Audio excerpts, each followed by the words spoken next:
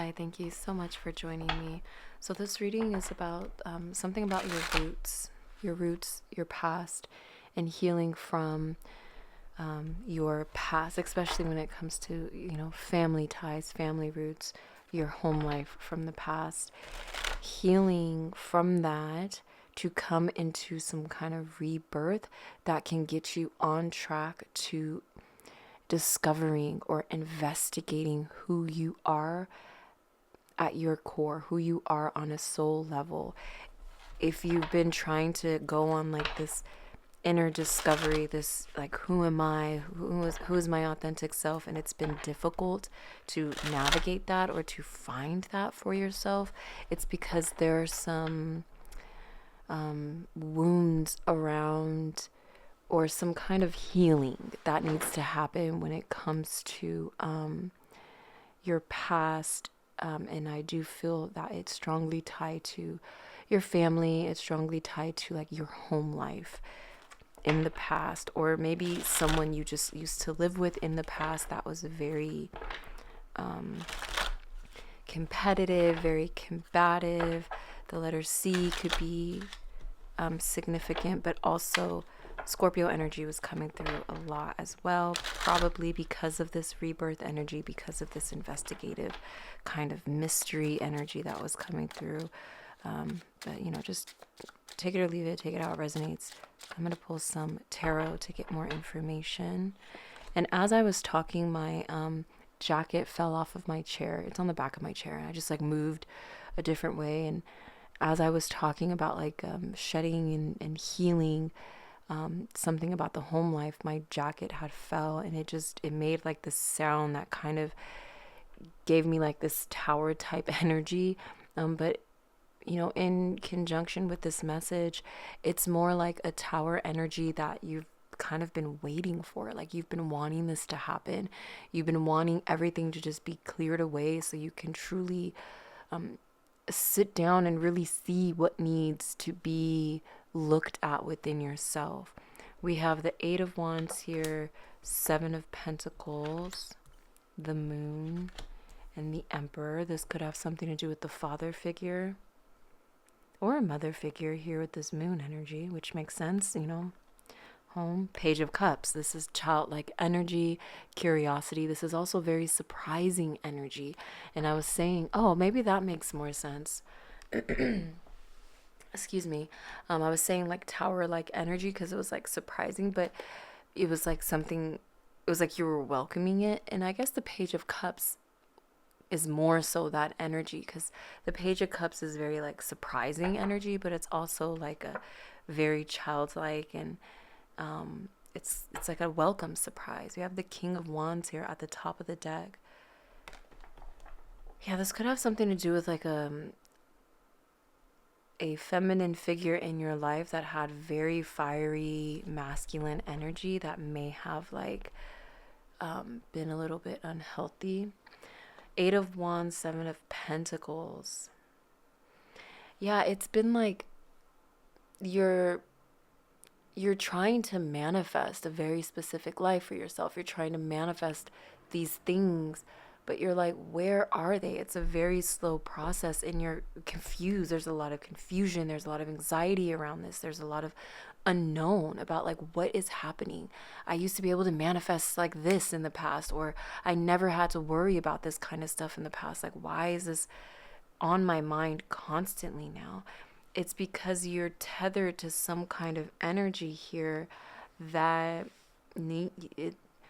there's some kind of forgiveness or healing, or just an acknowledgement. You just need to look at it, because the healing process, you can manifest, right, without healing. You don't have to be 100% healed or 100% this or that in order to manifest the life that you want to live. But however, I should say, what I'm saying is, with this energy here, it's very confusing, right? And confusion makes manifestation a little difficult.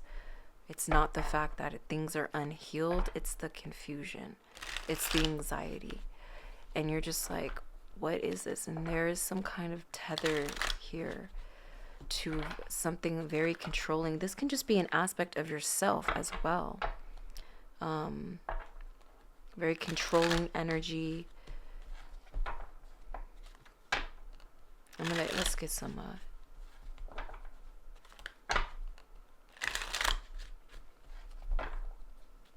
clarifiers here.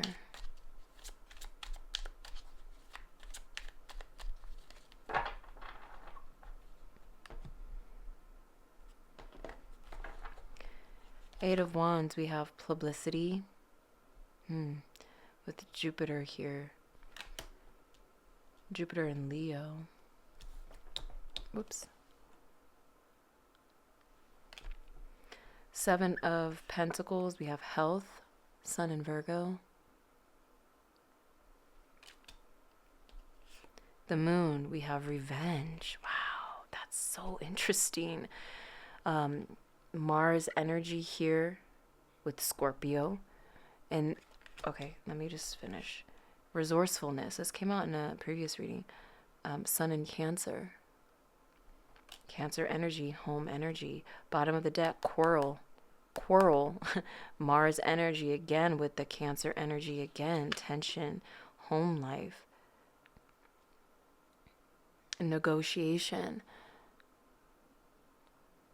Expanding your awareness, expanding your consciousness, expanding your heart to be understanding, right? Not necessarily saying what was happening was okay, but just coming to this acceptance and coming to this understanding that everyone has their own unique paths and challenges, including you.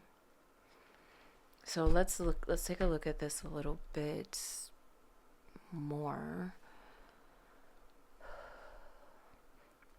Yeah, Eight of Wands, it's like you're trying to, again, expand. Leo energy. This is like that sun energy, that look at me kind of energy. Not necessarily, but just hear me out. You're trying to expand into a more authentic you. You're trying to get out into the world. You know, you're trying to deal with this energy of this fear of being seen, this fear of being perceived, this fear of your art or your work being seen or perceived. It's like you're trying to expand outside of that. You're trying to grow from that. But it's a long process, it feels like. But it's taking its time because, like I said, there's things that need to be healed, that needs to be cleansed from your energy, from your body, mind, heart, soul, right? And I'm not saying it needs to be 100% this or that. It's just there needs to be some kind of acknowledgement here, because I feel like if this manifestation, whatever it is that you're trying to manifest, if it were to come in, you yourself will not be the person that you need to be in order to sustain this, right? So say, just as an example, you want like 100K YouTube subscribers or something, or you want your business to, I want 30 new clients or whatever it may be. It's like you'll get that, but you're not mentally or physically or spiritually prepared for that kind of workload. And so it's going to be fleeting. Yeah, you'll have your 30 clients, but then that'll be it for the year. It's like God, the universe, your ancestors, whoever you resonate with is trying to be like, yeah, we want you to have this 100K. We want you to have these clients, but we don't want you to just have that. We want more for you, prosperity, longevity. And this revenge, the story that came up for me immediately when I seen this is that you can be in this energy of revenge and you can get your revenge. You're a very powerful person. However, this person is now holding this person's head, just more weight. You just have to carry around this thing that you were trying to get away from this entire time, but now you're still carrying it around with you. And this feels like that energy of forgiveness. This feels like this energy of resentfulness. It's like, yeah, this person did this to me in the past. Yeah, I grew up in this kind of situation. Yeah, this happened. Yeah, that happened. And it's like you're still carrying it with you because you want an apology. You want revenge. And it's like, it's giving me this energy of like, you can't nurture a garden in the past, right? I can't tend to a garden from 1887. It existed right then, but I'm here now in this timeline. I'm here in 2025. Like, I can't go and water and tend and cut the herbs and it just doesn't make sense. In my mind, I can do that, right? So I think this is saying like something on a very emotional, very mental level. And you can seek professional help for this if need be, but there's something here that needs to be acknowledged and looked at. And maybe it's like, that wasn't fair, that happened to me. And perhaps it wasn't, right? But you have to recognize what you're holding on to. Are you holding on to all these tiny little things that have happened to you? And I'm not saying what you experienced is tiny and small and insignificant. I'm just saying they're a thing of the past. And the further you go into the future, these things only get smaller and smaller, right? It's like the further away I drive from Mount Fuji, the mountain gets smaller and smaller. It's not. It's a big ass mountain. It happened. It's there. But the further I go away from it, the smaller it gets. And the more it's like not. I don't really know how to explain this, but with resourcefulness, though, Sun in Cancer, with this Emperor energy, I'm really not too sure what this is about. Hold on. 8 of Swords. I feel like this is saying finding new ways, or just being resourceful and finding ways to help heal that mental body, help heal the mental strain, help find forgiveness. Like, what can you do on your end? Maybe eating better, or going for walks, or exercising, or drinking more water, meditating, sitting in silence, writing, creating, painting, riding a bike, doing things that you like to do, right? Laying in the grass, going for a picnic, like do things that, be resourceful. You don't always have to go see a therapist and spend all this money, right? You can just use the things that are around you and use the things that you like to do.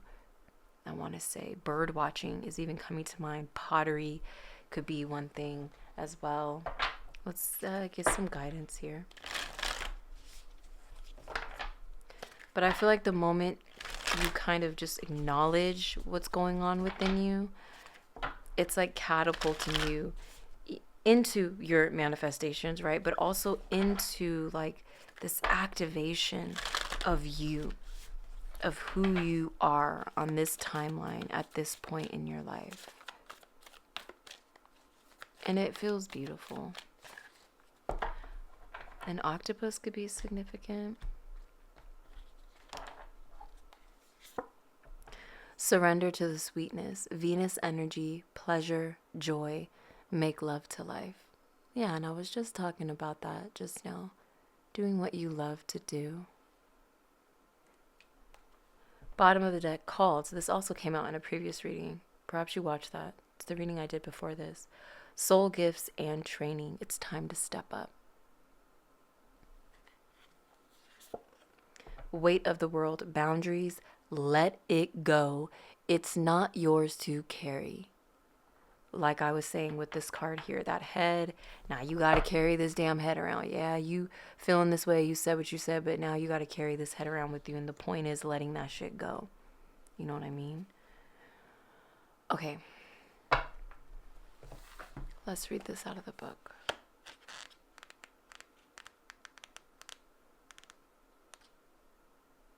If I can find it. Oh, here it is. 112, 113 could be significant numbers. I'll hold it up. Is it focused? I don't even know. I hope so. It's okay. 1414 could be a significant number. This is a sensual, highly feminine card. This could also be about healing your feminine energy, because this emperor here is very masculine energy, but the depiction of this emperor on this specific card is a female depiction or whatever. Yeah. Healing that. And like I was saying, that Mars energy was coming through. Maybe this is about healing that divine masculine within yourself. Healing that divine feminine within yourself. And allowing them to come into a symbiotic relationship instead of fighting each other all the time. This is a sensual, highly feminine card. It's a call to surrender to the sweetness of life, to let the ever abundant feminine take over, to taste the fruits you've been working so hard to grow. Seven of Pentacles. Wow. Finally getting that harvest. To let your senses take over and really drink in your life with wonder, to get intoxicated on the simple bounty that this planet has to offer and which you have within you when your well is full. The ancient Babylonians connected to the feminine goddess Ishtar, to the planet Venus. In the Roman mythology, Venus was the goddess of love and beauty. In our night sky, aside from the moon, Venus shines the brightest. Time is our most precious time is our most precious resource. Resourcefulness. Maybe that's what that was about. Yeah, because I was getting this thing about the past. What is this? Hold on. What does this have to say? Time is our most precious resource, and it's the greatest healer. If you've been all work and no play, this is a sign to take some time out, to reconnect with your lover, play with your children, and give yourself the luxury of time without an agenda. Many of us are so busy building our lives that we forget to enjoy them. We forget why we decided to build them in the first place. Disconnection from the sweetness causes more pain than we realize. So many of us walk into soulless buildings 5 days a week in the name of survival. We strive to build the life of our dreams, but drive ourselves to exhaustion. This card is wooing us back to the pleasure of being human, to focusing on what really matters and enjoying your incredible life. How can you surrender to the sweetness of life? What's one way you can enjoy your life a little more? The number 17 can also be significant. What's beautiful is I went for a walk earlier today, and it's really windy outside, and I seen the ravens were like playing in the wind, and I thought, what a beautiful thing it is to, like, how important play is to a living experience, because it extends beyond just the human animal, right? There's so many other animals that just play for the fun of play, right? Because with playing, there's also like training in some way. When you play, you're also building strength in some kind of field or skill or knowledge, right? Because yes, the ravens are playing in the winds, but they're strengthening their flying abilities. They're strengthening their hunting abilities. They're strengthening their wings, right? But they're also building bonds with their pack or whatever, right? That's beautiful. I hope this was helpful. I love you so much. Take care.